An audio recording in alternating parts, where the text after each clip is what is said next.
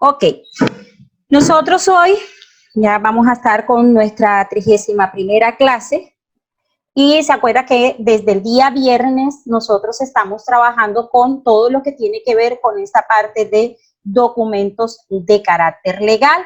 ¿Se acuerdan que les indicaba que nosotros veníamos trabajando con documentos de carácter administrativo que tenían algún componente legal, como es el caso de las certificaciones o es el caso de las constancias, que ambas tienen ese mismo componente?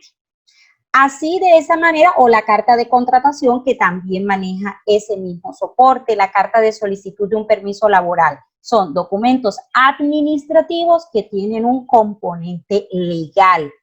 En este caso, estamos trabajando componentes legales que tienen un carácter administrativo. ¿Se acuerda que incluso les decía que por eso es la diferencia con respecto a quién los regula?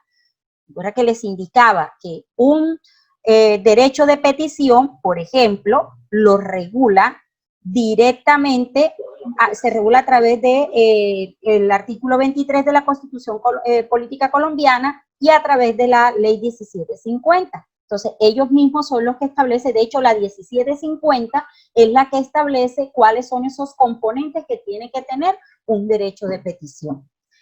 Si ustedes miran, por ser un documento de carácter legal con componente administrativo, entonces no es el INCONTEC el que establece cómo se debe hacer la presentación de este documento, sino que son documentos específicamente donde es la ley la que estipula cómo se hace la presentación de estos documentos y a su vez es la ley que indica qué elementos debe llevar para que puedan ser aceptados como un documento legal.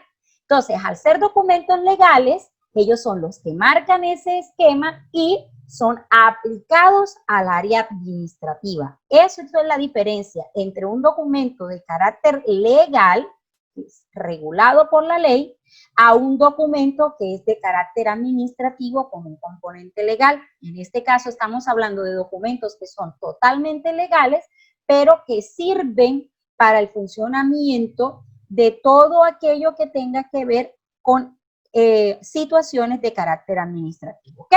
Entonces, voy a proceder a apagarles el video para que no les vaya a estar molestando la señal y comenzamos con lo que vamos a trabajar en el día de hoy. Buenas tardes, profe, qué pena. Muy buenas tardes, Andrea. Tranquila, mi niña. Bueno, entonces les decía que dentro de este componente que nosotros vamos a estar trabajando en estos días son documentos con soporte de firma y huella. Los documentos con soporte de firma y huella son documentos de carácter legal. Así como lo es el derecho de petición, este tipo de documentos también tiene el mismo componente. Y al igual que los derechos de petición, son esquemas que vienen estandarizados y regulados de acuerdo al tipo de documento que sea, de acuerdo a la entidad a la cual nos estemos, en la cual se esté produciendo el documento o hacia la cual se esté dirigiendo ese documento.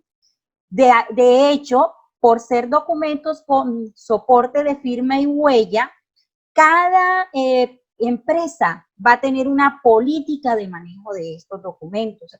Entonces, lo que se dice desde la ley es, digamos, cuáles son esos datos que esos documentos deben tener, pero la ley no dice, mire, señor José, o mire, señorita Natalie, usted específicamente tiene que hacer el papel presentado de esta manera y tiene que ubicar la información de esta manera. No, la ley lo que le indica es, mire, señor José, mire, señorita Natalie, aquí en este documento usted debe consignar esta información porque si no la consigna, entonces el documento no tiene ninguna validez. Por eso la importancia de que ustedes sepan cómo se maneja este tipo de documento. Vamos primero a lo que tiene que ver con la parte de las recomendaciones para este tipo de documentos. ¿Cuáles son esos elementos que ustedes deben tener en cuenta que debe contener estos tipos de documentos, dónde deben ubicarse? Que es, digamos, el gran inconveniente que se tiene a la hora de manejar estos documentos. Entonces, un documento de carácter legal, digamos, o que dentro del esquema de la colocación de la huella, ¿Para qué se hace, profesora? ¿Cuál es esa diferencia entre una carta común y corriente que yo elabore y una carta a la cual nosotros le pongamos huella? Bueno, la diferencia es el respaldo y el amparo legal que se le da. De alguna manera es como decir que cuando usted le coloca a un documento la huella y le coloca su firma, está adquiriendo un compromiso mayor desde el punto de vista legal. Así es como digamos, se mira este tipo de documentos en el ambiente administrativo, que es en el cual ustedes se van a estar desenvolviendo. Entonces, dentro de este mismo esquema de documentos con respecto a lo que tiene que ver en la huella y la firma, ¿para qué o en qué tipo de documentación se pueden utilizar, profesora? Se utilizan en documentos que se requieren para las notarías, se utilizan en documentos para entregas de subsidio, para actos administrativos, que son los que ustedes van a estar manejando, la entrega de información, la entrega de, por ejemplo, unos soportes de notas, las entregas de un expediente, la entrega de una historia clínica, o sea, todo aquello que tenga que ver con esquemas que requieran que a la hora, por ejemplo, hoy que vamos a trabajar un tipo de documento para yo poderle traspasar a otra persona la responsabilidad de que puede representarme, para eso uno toma este tipo de documento. En el caso de notarías, lo mismo, como son documentos de soporte legal, entonces requieren esa huella. ¿Por qué en el caso de esquemas administrativos, profe? Cuando yo firmo un pagaré, eso es administrativo, cuando yo firmo un acta de compromiso, cuando yo estoy sirviendo como testigo, todos esos elementos se utilizan en el componente administrativo y siempre que se hagan ese tipo de documentos se debe tener como respaldo la huella. Asimismo, dentro de ese esquema también se da la utilización de firma y huella en formatos bancarios, en formatos para celulares, cualquier cantidad en solicitudes de crédito, todo eso manejan este esquema de huella y firma. Así, en los pagarés, en lo que tiene que ver con las cartas de compromiso, que eran las que yo les hablaba ahora, esas cartas de compromiso nosotros las vamos a estar trabajando en estos días porque son documentos que les sirven de amparo a las instituciones, porque puede ser una carta de compromiso de buen comportamiento, si son instituciones educativas, puede ser una carta con un compromiso de pago, puede ser una carta de compromiso de no agresión también. Existen diferentes esquemas. Básicamente es un documento donde la persona se compromete a cumplir con algo que en ese momento ella está haciendo la promesa de que lo va a llevar a cabo. Asimismo, también existen los formatos de renuncia, pero no me vayan a confundir formato de renuncia con la carta de renuncia. ¿Oyeron? Son cosas totalmente diferentes. Yo eso se los voy a mostrar en su momento, lo que tiene que ver con los formatos de renuncia para que ustedes miren. Más que todo son unos esquemas que se utilizan a nivel de las instituciones, empresas o más que todo instituciones educativas.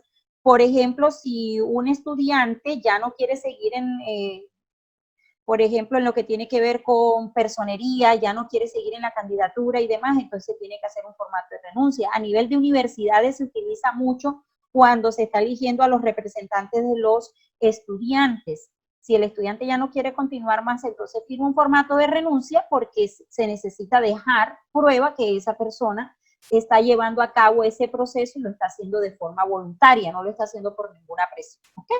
Entonces, cuando nosotros estamos trabajando con documentos que requieran firma y huella, mire que todavía no les he dicho, este documento lo hacen de esta manera. En este momento en que estamos, estoy explicándoles cuál es ese contexto general, cuáles son esas recomendaciones generales que ustedes deben tener en cuenta cuando van a trabajar con este tipo de documentos. Eso es lo que estoy tratando de indicarles ahora. ¿En qué tipo de documento ustedes se pueden encontrar firma y huella? ¿Por qué esos documentos requieren de la firma y requieren de la huella? Y ahora entonces vamos a mirar cuáles son esos dedos que normalmente se utilizan para el reflejo o la consignación de esa huella. Como ustedes pueden ver ahí en la imagen que yo les estoy mostrando, por lo general, para capturar esta huella se utiliza el dedo índice o el dedo pulgar. Hay empresas, ¿se acuerdan que les dije que la empresa establece su propia política? Hay empresas que incluso especifican que tiene que ser el índice derecho, por ejemplo. Hay empresas que especifican, no, el pulgar derecho. Hay empresas que trabajan con el izquierdo. Profe, ¿y eso a qué se debe? Esquema voluntario de la empresa. Porque no es que la huella del índice derecho sea mejor que la del índice izquierdo, no es que la huella del índice izquierdo sea mejor que la del derecho. De hecho, la huella es única, es auténtica, es algo que nos identifica a nosotros y una huella no se repite. No existen dos personas en el mundo que tengan la misma huella. Por eso es que se toma la huella para tener un mayor soporte legal, porque yo puedo falsificar una firma, pero no puedo falsificar una huella. La huella siempre va a tener el mismo esquema. Por eso es que en este momento hay tanta controversia con el uso de la huella digital.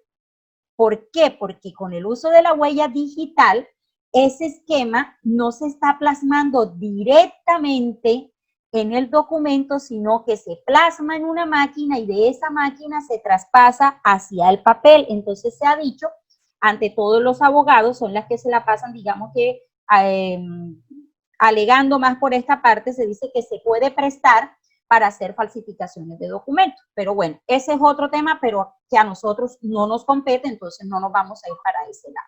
Entonces les decía, siempre es la huella del dedo índice o la huella del dedo pulgar. Son las que siempre se utilizan para manejar estos contextos de lo que tiene que ver con documentos legales que requieren firma y huella. Asimismo, dentro de esa escala, cuando ustedes van a trabajar, estos documentos, en algunos documentos se van a encontrar ustedes la indicación con qué huellas van a trabajar. En otras se van a encontrar un simple recuadro y en otras van a encontrarse con la palabra huella y en otras no van a encontrar nada. Entonces es ahí donde ustedes tienen que entrar a saber exactamente dónde se ubica la huella de la persona, para que no vayan a dañar el documento, que por eso era que ese día la profesora Lucila me decía, Dali, por favor, indícales muy bien porque tengo inconveniente con los estudiantes de mecánica, valga la aclaración, mecánica no ve producción de documentos ni elaboración de documentos, puesto que ese no es su trabajo, entonces ellos no saben cómo manejar este tipo de esquemas. Entonces, como ustedes pueden ver ahí, en el esquema que yo les estoy en este momento mostrando en sus dispositivos, en el ejemplo 1, ahí ese tipo de documentos, ustedes van a encontrarse con que se especifican todos los campos que se deben colocar. Son documentos muy específicos donde ustedes van a tener un área para la firma, un área para el nombre, otra área para la cédula de ciudadanía, otra para la huella, y le va a especificar que requiere específicamente la huella del índice derecho. Ahí lo está indicando. Ahora, lo que les voy a decir les puede sonar tonto, pero les puede pasar. Puede pasarles que llega a su oficina una persona que le falte el índice de derecho, que tenga el dedo amputado y ustedes requieran tomarle la huella de otro dedo. Cuando eso les pase, ustedes, sin que la persona se vaya a sentir afectada, sin que se vaya a sentir señalada, ustedes se van hacia donde esté su jefe directo y le indican a su jefe directo que ustedes van a tomarle la huella del índice izquierdo a esa persona o le van a tomar la huella del pulgar porque a la persona le hace falta ese dedo. Que su jefe directo no les va a decir que no porque les decía lo que le indicaba ahora. La huella del índice derecho es exactamente igual a la huella del índice izquierdo, eso no va a variar, esas huellas, digamos que en nosotros no son variables. Entonces, sí que varía las del pulgar con respecto a la del índice, eso sí deben estar pendientes de esa parte, por eso que les decía. Yo fue una pregunta. Señorita Andrea, díganme. Bueno, mire, le voy a comentar una situación. Resulta que para el tiempo de elecciones A mí me tocó votar en el San Juan del Córdoba y tú sabes que ellos allá toman la muestra también de la huella. Sí, en ese caso son huellas digitales. Bueno, escúchenme. Resulta que a mí un productor, un químico, me borró la huella de las manos.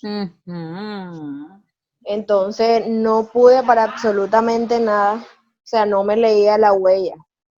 Y literalmente usted me veía a mí el dedo y, o sea, no se veía huella. Y si se da el caso que sea huella así, o sea, con huellero, y tampoco salga la marca con ninguno, ni el pulgar, ni el índice. Les toca hablar con su jefe directo para que el jefe directo les diga qué respaldo se puede tomar en ese caso. Si hacen alguna nota donde se especifique por la condición en la cual está pasando esa persona en ese momento. Por eso cuando ustedes toman la huella, ahorita cuando yo les muestre los ejemplos, gracias Andrea, ahora cuando yo les muestre los ejemplos, ustedes se van a dar cuenta cuando una huella es incorrecta y cuando la huella es correcta, porque puede pasar eso que tú estás indicando. Si tú te dejas caer en las huellas, por ejemplo, pega loca, te toca esperar por lo menos unas 2 semanas hasta cuando esa huella se vuelva a recuperar. O si trabajas con algún químico abrasivo, como en el caso de los químicos que utilizan a nivel de las clínicas para esterilizar, eso también puede pasar.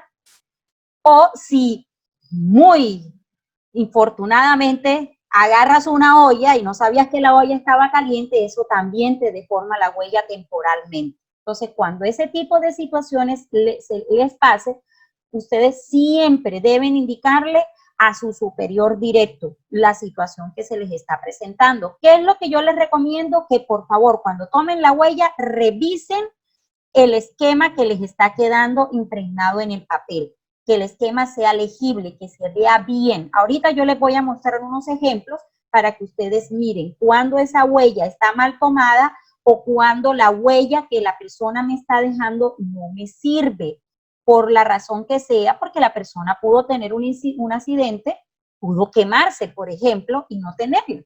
Entonces, en ese caso, ustedes necesitan autorización directamente de su jefe. ¿Oye? Entonces, les indicaba, cuando está todo lo que tiene que ver con esta parte de los documentos, estamos trabajando en ello, ustedes se van a encontrar con 3 tipos de esquemas en su área de trabajo. Se van a encontrar con ese esquema ordenado, que son empresas que trabajan muy bien la papelería, donde le especifican paso a paso qué se debe colocar en cada campo del documento. Y aparte de eso, crean un recuadro para colocar la huella. Y si no crean entonces el esquema completo, se van a encontrar con una segunda escala dentro de esa área donde se especifica solamente el campo de la huella. Ese es otro tipo de documentos que ustedes se pueden encontrar.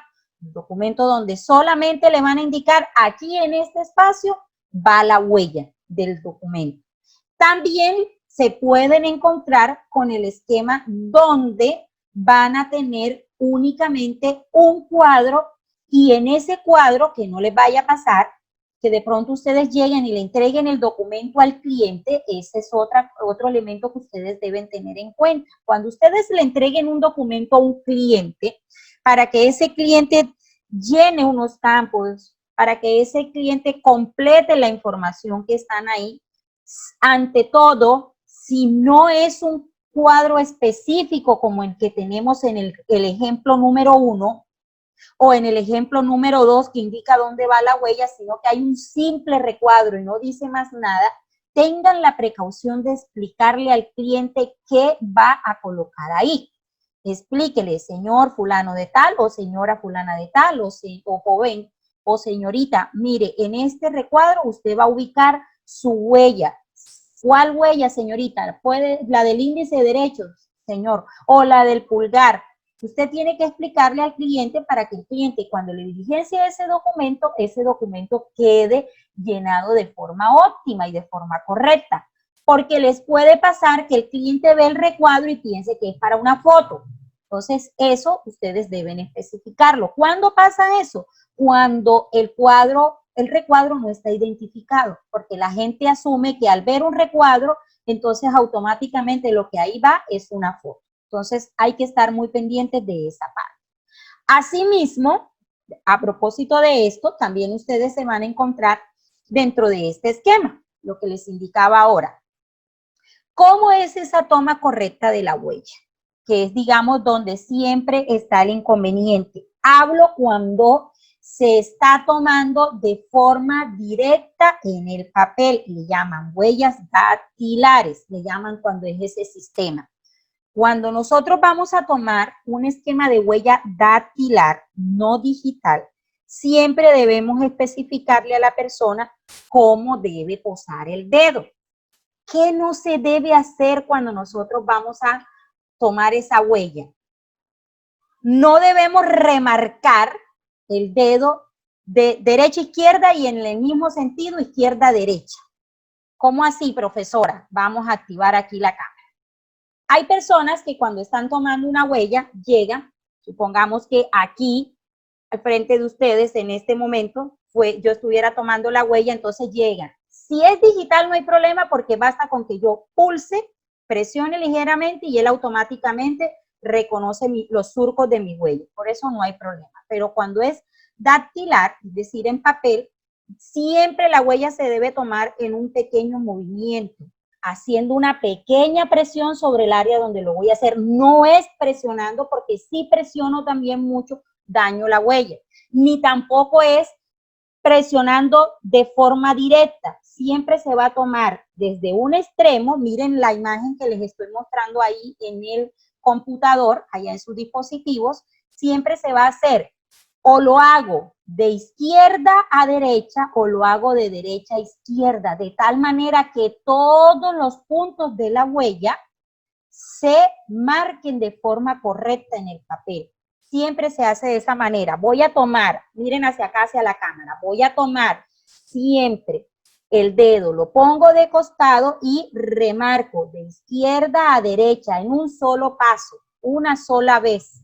O si lo quiero hacer de derecha a izquierda, pero una sola vez ejerciendo una pequeña presión, así o así, ya. No es lo que mucha gente hace, que llegue y hace esto y esto. Lo hace izquierda, derecha y derecha, izquierda de una vez, porque cuando eso se hace, entonces se riega la huella y se daña la huella en el papel y no nos sirve porque no sirve como acervo probatorio dentro de ese esquema, ¿ok? Desactivo otra vez acá el video. Entonces les decía, cuando se está haciendo este esquema, ¿cómo es una huella mal colocada en un papel? La huella mal colocada en un papel es aquella que escasamente, miren, en la parte inferior, donde están las flechas de color rojo oscuro.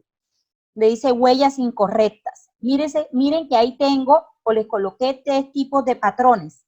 Tenemos un patrón donde escasamente se ve una pequeña parte de la huella en la parte inferior y un pedacito escasamente de la parte superior. O tenemos otra donde escasamente se ve una parte del centro u otra donde escasamente se ve una parte de la parte de abajo de la huella. La huella, para que sea una huella correcta, chicos, en un papel, siempre todos los puntos de esa huella deben ser visibles. Todos. Debe ser una huella completamente legible en el documento. Ahorita yo les traje un ejemplo donde se los voy a mostrar para que ustedes lo vean. ¿Ok? Entonces, asimismo, dentro de esa escala, cuando nosotros estamos trabajando, otro gran elemento que tienen las personas a la hora de tomar es la posición de esa huella. ¿Dónde debo yo colocar esa huella para que esa huella quede tomada de forma correcta, profe? Para que no me pase que llegue y ubique la huella donde no va. Entonces, dentro de esa misma escala, cuando nosotros estamos trabajando, ¿cuáles son esas posiciones incorrectas con respecto a la huella? Primero, jamás se debe colocar una firma sobre una huella. Nunca. Ustedes siempre deben estar pendientes que todo documento que a usted que requiera ese doble componente legal, entiéndase, firma y huella, siempre debe estar la huella separada de la firma. Miremos, parte superior están las formas incorrectas. Lo mismo los nombres cuando son escritos o impresos con máquinas. Jamás se debe colocar la huella sobre el nombre impreso con máquina. Eso no se puede permitir en un documento porque eso le quita el carácter legal al documento, lo adultera, lo daña. Entiéndase, no le sirve. Entonces, ¿cuál es esa posición correcta que ustedes deben tener en cuenta? Al lado, se puede trabajar al lado derecho o al lado izquierdo según la organización que yo le esté dando al documento. Miren aquí en la parte inferior donde dice correcto en verde. Miren, eso que está ahí es el ejemplo de una huella tomada de forma correcta. Miren que todos los puntos de la huella están en el papel y miren que la firma está ubicada al lado de ese documento, al lado de esa huella. No está dañando el gráfico de la huella que se acaba de tomar de forma dactilar en el papel. Lo mismo en el segundo ejemplo, al lado derecho de la diapositiva que les estoy presentando. Miren que ahí tengo el nombre escrito a máquina y tengo la huella colocada al lado, sin que me altere. Tranquila, Nelcy, no te preocupes.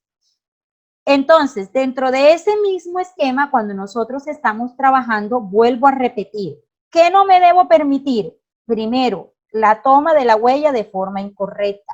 Siempre la vamos a hacer en el mismo sentido. Miren que vuelvo a repetir aquí. ¿Qué se busca?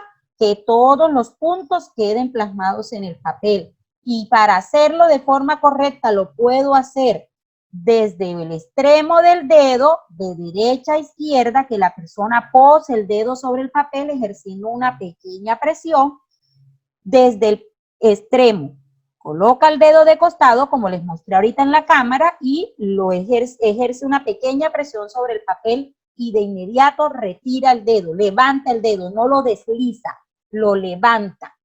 O si no lo puede hacer de derecha a izquierda. Lo mismo, no es el doble movimiento, no es restregar el dedo contra la hoja, es un solo movimiento. ¿Para qué? Para que la huella nos salga completa, no nos salga dañada como el esquema que les estoy mostrando ahí en la parte inferior. Otro elemento incorrecto, entonces ya sabemos, colocar la huella sobre la firma o colocar la huella sobre el nombre. Siempre la forma correcta es huella donde todos los puntos de la huella se vean de forma correcta y la firma al lado, o huella donde todos los puntos se vean completos y el nombre escrito a máquina al lado. No puede ir uno sobre el otro, ¿ok? Asimismo, entonces, vamos a mirar ahora, vamos a comenzar a trabajar cuáles son algunos de esos documentos con los cuales ustedes se van a encontrar en su área laboral que requieren el uso de esta huella, ¿ok? Ya tenemos las recomendaciones generales, ahora sí vamos a mirar cuáles son esos documentos que ustedes en su área de trabajo van a tener que redactar y que llevan o necesitan obligatoriamente este tipo de documento, este tipo de esquema. Antes de adentrarnos, comenzamos entonces con lo que tiene que ver con las cartas de poder. Las cartas de poder las van a encontrar en dos esquemas. Existe una carta de poder simple, que es la que ustedes van a estar trabajando en el área administrativa, y hay una carta de poder que es la carta de poder compuesto. La carta de poder compuesto ya son documentos mucho más complejos, son documentos que se trabajan ante todo a nivel de juzgados, son documentos que se trabajan ante todo a nivel ya de abogados, porque ya son poderes más específicos que por lo general, por ejemplo, en el caso de la alcaldía de Ciénaga, cuando los abogados del área de la oficina jurídica son contratados, cada vez que ellos van a representar al municipio en cualquier caso que ellos estén llevando a cabo, a ellos deben entregarles un poder. Son documentos mucho más amplios, más específicos, y eso, por lo general, lo hacen los abogados. Ya ese sí no les compete a ustedes. Ustedes van a trabajar con cartas de poder simple. Son estructuras muy sencillas, donde tienen, digamos, el mismo carácter legal, ambas, tanto una carta de poder compuesta como una simple, pero la compuesta es más compleja y es más específica. En este caso, ustedes no se van a enfrentar a esas cartas de poder complejas. Entonces, el otro elemento que ustedes deben tener en cuenta cuando van a trabajar, en el caso de las cartas de poder, es que todo lo que tiene que ver con cartas de poder deben ser notariadas. Siempre una carta de poder debe pasar por la notaría. Ahora, hay empresas que aplican algo que se le denomina el principio de buena fe. Es decir, confían en que la persona que está llegando a su oficina a solicitar el trámite administrativo no está falsificando el documento. Eso se le denomina principio de buena fe. Profe, ¿y de qué va a depender que una empresa aplique o no aplique el principio de buena fe? ¿De qué depende eso? Digamos que es política interna de la empresa. Les coloco un ejemplo. Cuando se da lo del pago de subsidio del adulto mayor, EFETI le pide a los familiares, cuando el ancianito no se puede trasladar hasta el EFETI, les pide una carta de poder. Una carta donde indica, señores EFETI, cordial saludo, yo fulanito de tal, Pepito Pérez, autorizo a Juanito, identificado con cédula, para que mi representación cobre el subsidio del adulto mayor. Atentamente, fulanito de tal, huella, firma y entregan el documento y no se requiere notaría. Eso, ellos parten de la base del principio de buena fe. ¿Por qué lo hacen, profesora? Porque es que llevar una carta a la notaría y notariarla tiene un costo. Y es un costo, no sé en cuánto está en este momento, creo que está algo así como en 5,000 pesos. Entonces, a una persona a la que le están pagando un subsidio que se supone que eso lo utiliza para su sustento, sacar 5,000 pesos para cada vez que vayan a pagarle tener que llegar y hacer una carta de estas de poder notariada, entonces significa un gasto extra. Entonces, el EFETI parte de la base de la buena fe de los que llevan el documento. Entonces, lo único que se necesita es la huella y la firma y no se necesita que la lleven a la notaría. De resto, la mayoría de instituciones piden que esa carta de poder se lleve ante una notaría para que sea autenticada, para que el notario la firme, le coloque el sello y se garantice la autenticidad de ese documento. Para eso es que se pide ese esquema, ¿ok? Bueno. Entonces, dentro de ese mismo esquema, cuando nosotros estamos trabajando dentro de una carta de poder, miremos cuál es esa estructura que ella maneja. Como toda carta formal, en la parte de el lugar y el origen, lleva el mismo esquema. No cambia absolutamente nada el esquema que utiliza una carta de poder con respecto a las cartas que hemos estado manejando. El esquema del lugar y la fecha es el mismo. ¿Por qué, profesora? Porque es una carta formal, porque es un documento formal. Entonces maneja el mismo esquema en la parte superior. Asimismo, también, como tiene una fecha y un lugar, esa carta de poder también lleva unos destinatarios. Y al igual que como lo colocamos en el derecho de petición, acá también se trabaja de forma plural. Señores, porque por lo general las cartas de poder están destinadas hacia las empresas, porque ahí es donde uno lleva a cabo los procesos administrativos.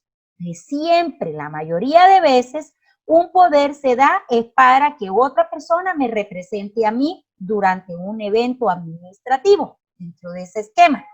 Entonces, siempre lo van a iniciar, como les decía ahorita, con la palabra señores. Hago un paréntesis, chicos, falta menos de un minuto, se interrumpe y yo vuelvo a ingresar de una vez. Entonces, les indicaba que siempre se inicia con la palabra señores y en la línea siguiente se procede a escribir a qué personas les va a ser dirigido ese documento. Siempre se trabaja dentro de esa escala con mayúscula inicial y se coloca en negrilla ese esquema que uno va a trabajar ahí. Asimismo, dentro de ese esquema, cuando nosotros estamos trabajando, también nos vamos a encontrar con la línea de saludo. Y en el caso de la línea de saludo, se trabaja con la línea de saludo general. Siempre es la misma, no va a cambiar. Por eso les decía que el esquema de una carta de poder es muy sencillo. Les explicaba, quedamos aquí en este punto donde yo les estaba explicando que la línea de saludo que se utiliza es la línea de saludo general. No se utiliza ningún otro tipo de línea de saludo. Siempre se trabaja con esa línea de saludo general. No se le pone negrilla, a la única que se le coloca negrilla es al nombre del destinatario. Ese se le ubica negrilla y se trabaja con mayúscula inicial. Asimismo, también cuando nosotros estamos trabajando dentro de este esquema, también nos vamos a encontrar con la parte de lo que tiene que ver con el cuerpo del documento como tal. En esa parte del cuerpo del documento la van a dividir siempre en dos esquemas. Un primer esquema, que es el que debe ubicarse en el primer párrafo, y van unos datos específicos siempre. Eso no va a cambiar. Miren lo que les estoy indicando. Este esquema nunca va a cambiar lo que tiene que ver con la parte del primer párrafo. Puede cambiar que en la empresa en la que usted esté trabajando, las cartas de poder tengan lineecitas para que lo llenen. Puede cambiar que en la empresa donde usted esté trabajando, en la parte de arriba, tenga título el documento y diga carta de poder. Eso también se da. Puede cambiar que de pronto el documento no lo hacen así en forma de carta, sino que lo hacen en forma de un volante, lo que le llaman poderes notariales. También eso puede pasar. Pero que nunca va a cambiar, que toda carta de poder en el primer párrafo siempre van a aparecer el nombre de quien está otorgando el poder y el nombre del apoderado. Siempre va a ser el mismo tipo de datos el que se va a solicitar en ese primer párrafo. Como les decía, puede cambiar la forma, todo, pero el contenido, la necesidad de información, la ley lo establece. De hecho, como estos son documentos legales, la ley establece que en toda carta de poder siempre debe aparecer el nombre de la persona que otorga el poder y se debe especificar los datos del apoderado o del receptor de esas facultades, como también lo llama la ley, ¿ok? Entonces, ¿qué se ubica en ese primer párrafo, profesora? En ese primer párrafo siempre se ubica el nombre de la persona completo. Deben estar muy pendientes de eso. Cuando se hace un poder, si la persona tiene un solo nombre, se ubica un solo nombre, pero si la persona tiene dos nombres, ahí se deben colocar los dos nombres. Recomendaciones: cuando vayan a hacer una carta de poder, soliciten que por favor se les permita el documento de identidad de esa persona o en su defecto una fotocopia del documento de identidad de esa persona para que el poder lo llenen con los nombres específicos, ante todo cuando son nombres extraños, cuando son nombres que no son comunes, entonces hay que pedir el documento. Por ejemplo, nombres no comunes. En el caso de Loraine, Loraine, ¿tu nombre se escribe Loraine, Lorey o Loraine? Loraine, profe. ¿Ves? Entonces, hay personas que de pronto lleguen y lo escriban Loraine o Lorraine, terminado en EI, porque de hecho, como son extranjerismos, entonces puede pasar eso. Hay gente que escribe Nelsi con S, Y, hay gente que escribe Nelsi con C y latina. Entonces, para cuando ese tipo de nombres, que no son nombres comunes, ya nosotros sabemos que María, ya sabemos cómo se escribe, José, ya sabemos cómo se escribe. Son nombres que uno va directamente y uno no tiene que estar preguntando. Luis, Jorge, Pedro, son nombres de muy fácil escritura. pero hay nombres que sí van a requerir ustedes que el documento lo tengan ahí a mano para evitar un error en el documento, ¿ok? Como Michael. Como Michael, por ejemplo. En el caso de Michael suele pasar eso. En el caso de Juliet también suele pasar. Yo creo que el nombre que mayor variedad tiene a la hora de escribirse es Juliet, porque lo escriben aquí de las miles y tantas formas habidas y por haber. Entonces, volviendo al documento. Lo primero, ese documento siempre va a arrancar con esa confusión horrorosa que a mí me parece, pero como es la ley y ellos lo estipulan así, hay que hacerlo con el yo. Arranca yo y una coma, siempre. Yo, y proceden a colocar el nombre en mayúscula inicial de la persona que va a conceder el poder. Primero van los datos de la persona que va a conceder el poder. Y se inicia titular del documento de identidad, número, y se procede a colocar el número de esa persona. Se debe especificar dónde fue expedido ese documento, tanto la ciudad como el departamento.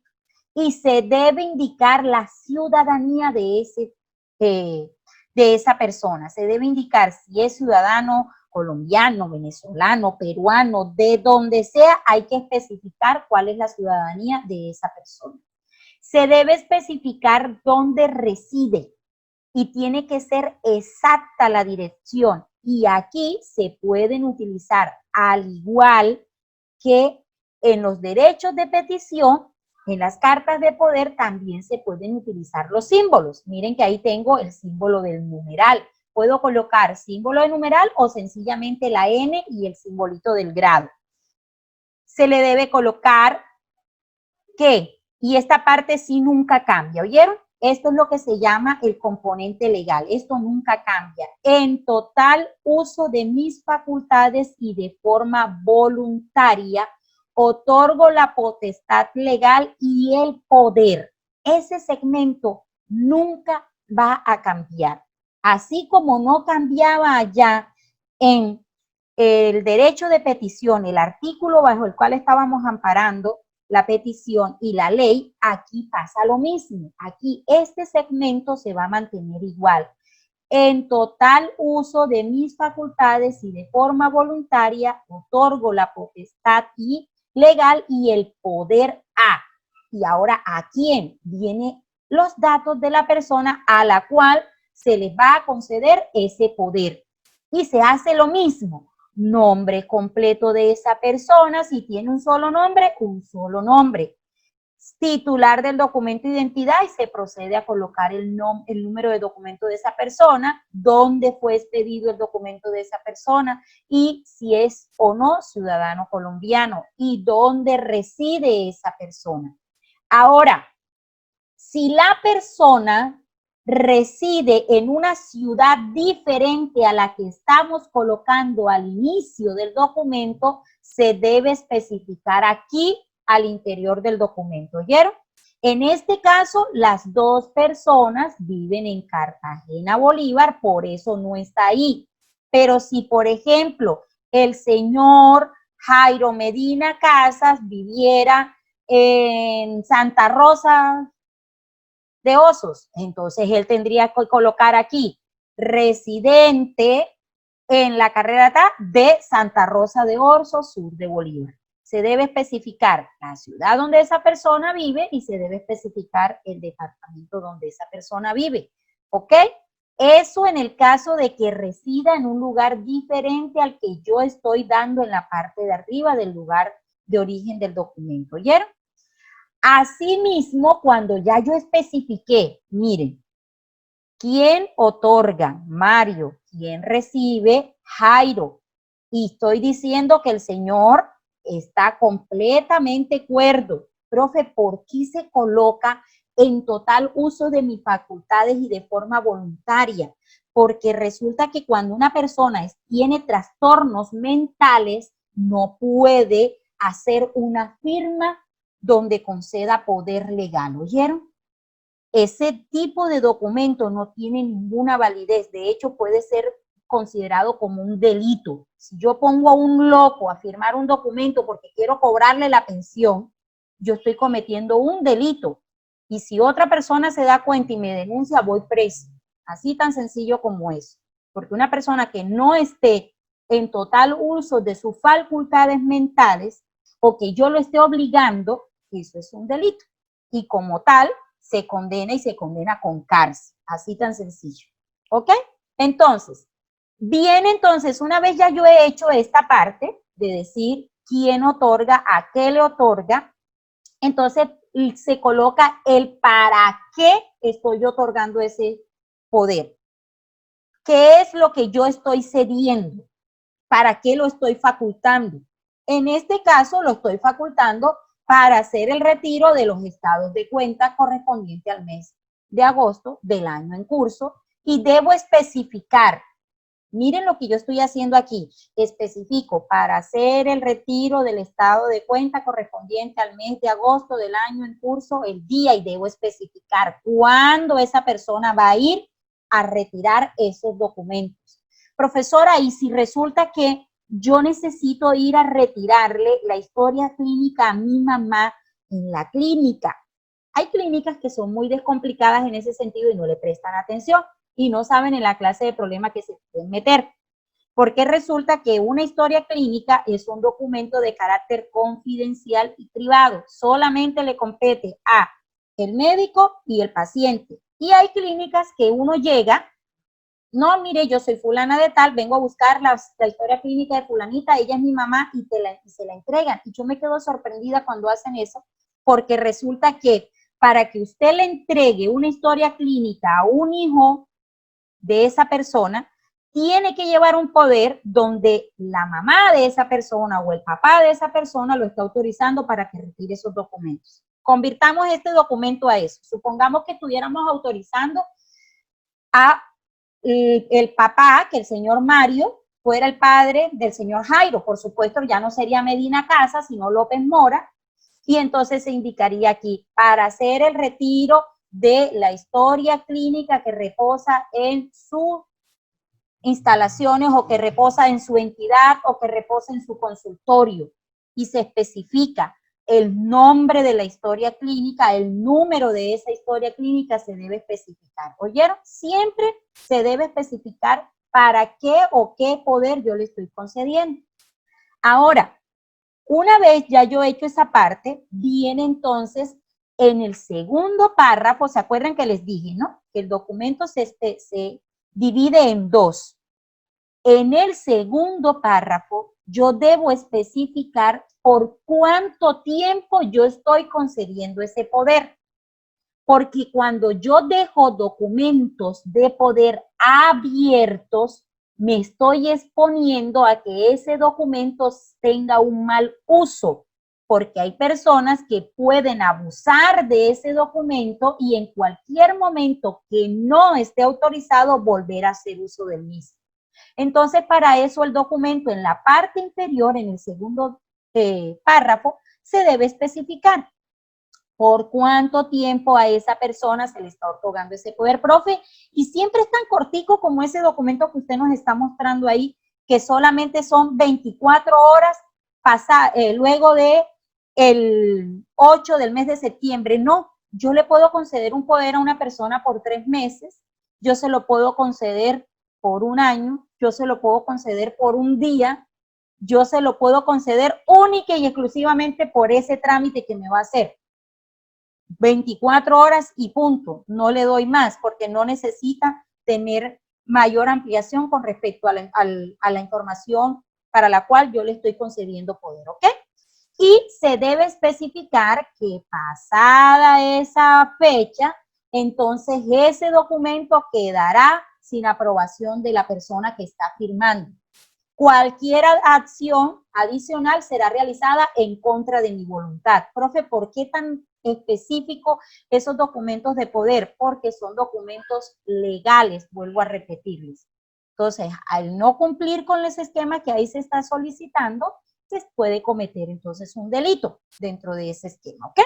Entonces, asimismo, cuando nosotros estamos trabajando con este tipo de documentos, entonces nos vamos a encontrar con la parte que se llama las firmas conformes. Así se le llama a este esquema. Las firmas conformes. Y literalmente hablando, se escribe firman conformes y 2 puntos aparte. Siempre se va a hacer dentro del mismo esquema.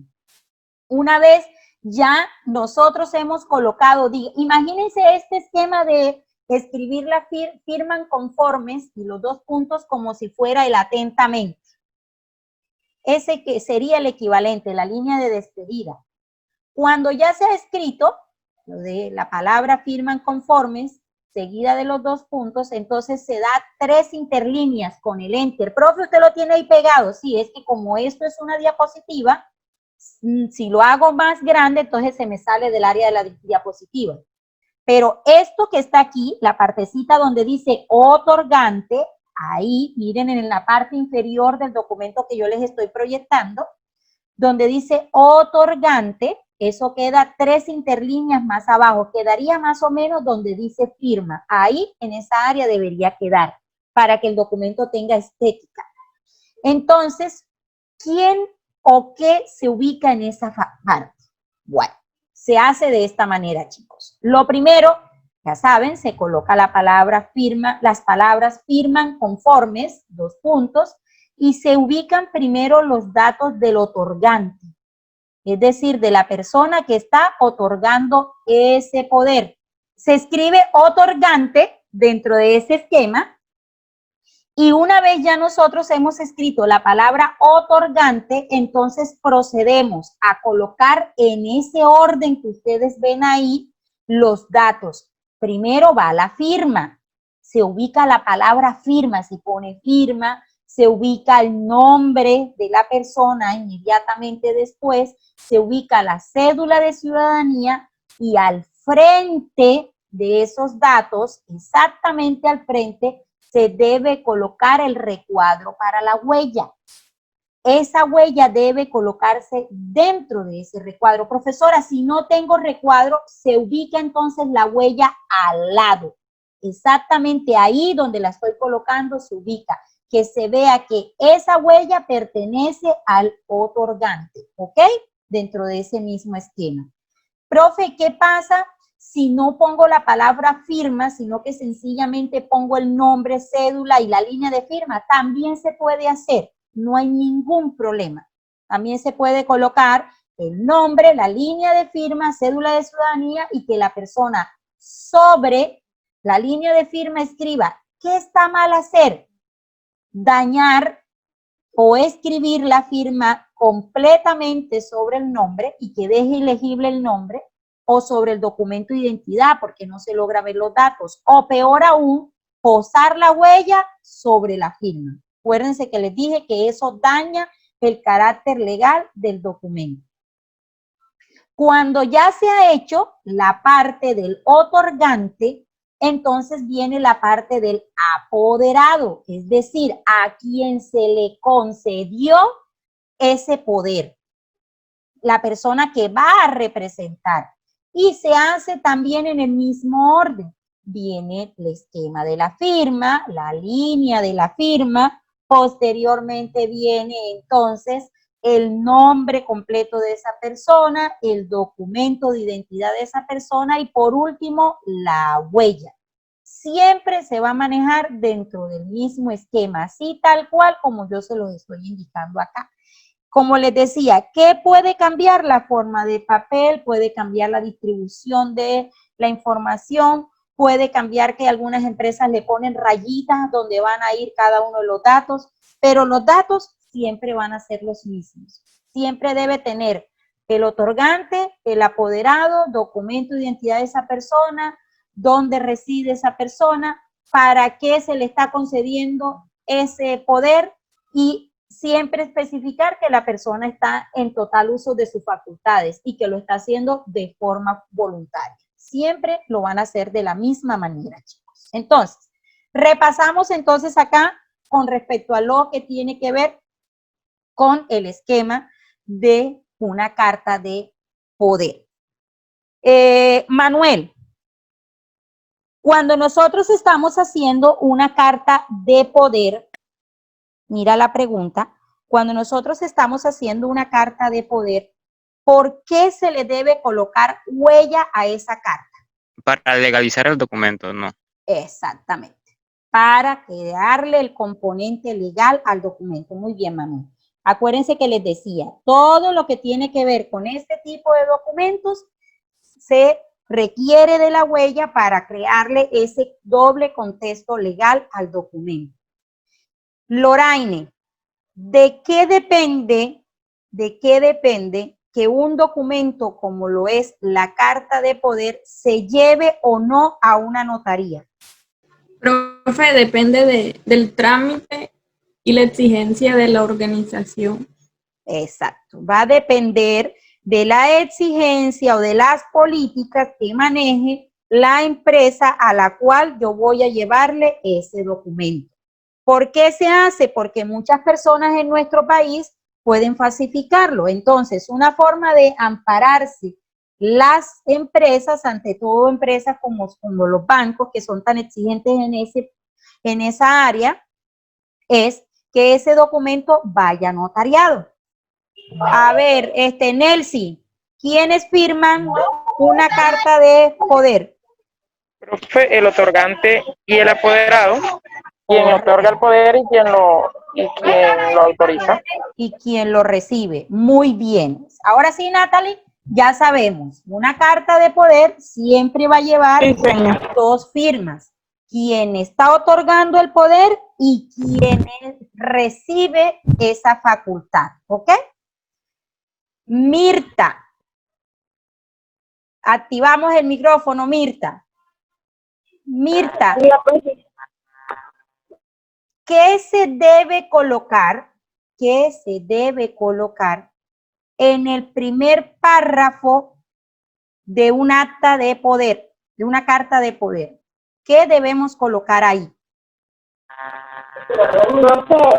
El nombre de la ciudad, del titular. Ajá, el nombre de quien otorga. ¿Quién más? Y el documento y la palabra yo antes de todo. Ajá, documento. ¿Qué más? La pensión, Uh-huh. la ciudad donde se hace el documento. La ciudad donde se hace el documento, donde se pidió el documento de identidad. Recuerda que va a llevar, y la dirección de quién se ubica ahí. Del titular. De quien está otorgando el poder. Ok, déjalo ahí y vamos a buscar otro compañero que nos complete el esquema.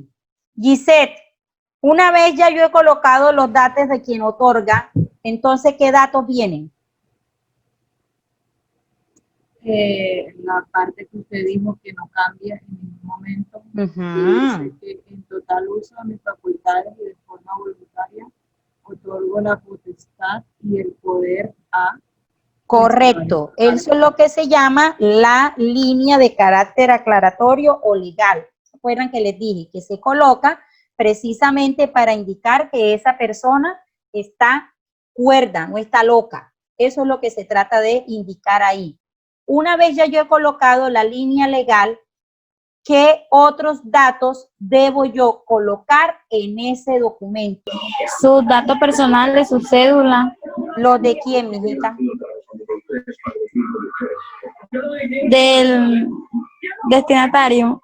Del apoderado. Acuérdense que aquí estamos hablando de otorgante apoderado. En toda carta de poder, para que ustedes lo tengan claro, siempre va a haber dos líneas. La persona que otorga el poder se le llama otorgante, sería el equivalente en las cartas que normalmente nosotros hacemos, una carta de corte administrativo normal, sería el remitente. Y el apoderado, que es la persona que va a recibir ese poder, en este caso sería como una especie de destinatario, para que lo asocien mejor. Pero en realidad aquí no hay ni un remitente directo ni un destinatario. Aquí el único destinatario directo es la empresa a la cual el apoderado va a llevar ese documento, que es el que referenciamos en la parte de arriba al iniciar el documento, ¿ya? Entonces, para que lo tengan claro, Marjorie y los demás de la sala. Siempre en una carta de poder hay dos personas involucradas. El otorgante, que yo ahí escribí mal, otorgante, y el apoderado. Siempre son los que van a estar respaldando ese documento. Manuel, cuando ya yo tengo todo el primer párrafo elaborado, ¿para qué utilizo yo ese segundo párrafo de una carta de poder, Manu? ¿Cómo, señor? ¿Puede repetir? Claro que te repito, mijito. Una vez ya yo he hecho todo el primer párrafo de la carta, que voy a redactar el segundo párrafo de esa carta de poder, ¿para qué utilizo o qué información ubico yo en ese segundo párrafo? Que el día que fue hecho, fue realizado. No, aquí se los aclaro. En el caso de el segundo párrafo, siempre vamos a colocar ahí por cuánto tiempo va a estar vigente ese documento. ¿Oyeron? Aquí, eso se lo van a aprender así como si fuera el nombre de ustedes. En el primer párrafo voy a colocar los datos del apoderado, los datos del que otorga el poder, del otorgante. Y en el segundo párrafo voy a colocar por cuánto tiempo va a estar vigente el poder, ¿ok? Así de esa manera para que cuando ustedes estén haciendo sus cartas de poder no me vayan a cometer ningún error con respecto a esa parte, ¿ok? Bueno, chicos, yo les voy a mostrar acá el ejercicio que ustedes van a hacer en casita, porque ya en 9 minutos se nos acaba ya nuestra sesión, infortunadamente por el día de hoy. Entonces, ¿qué van a hacer ustedes ahora en casita?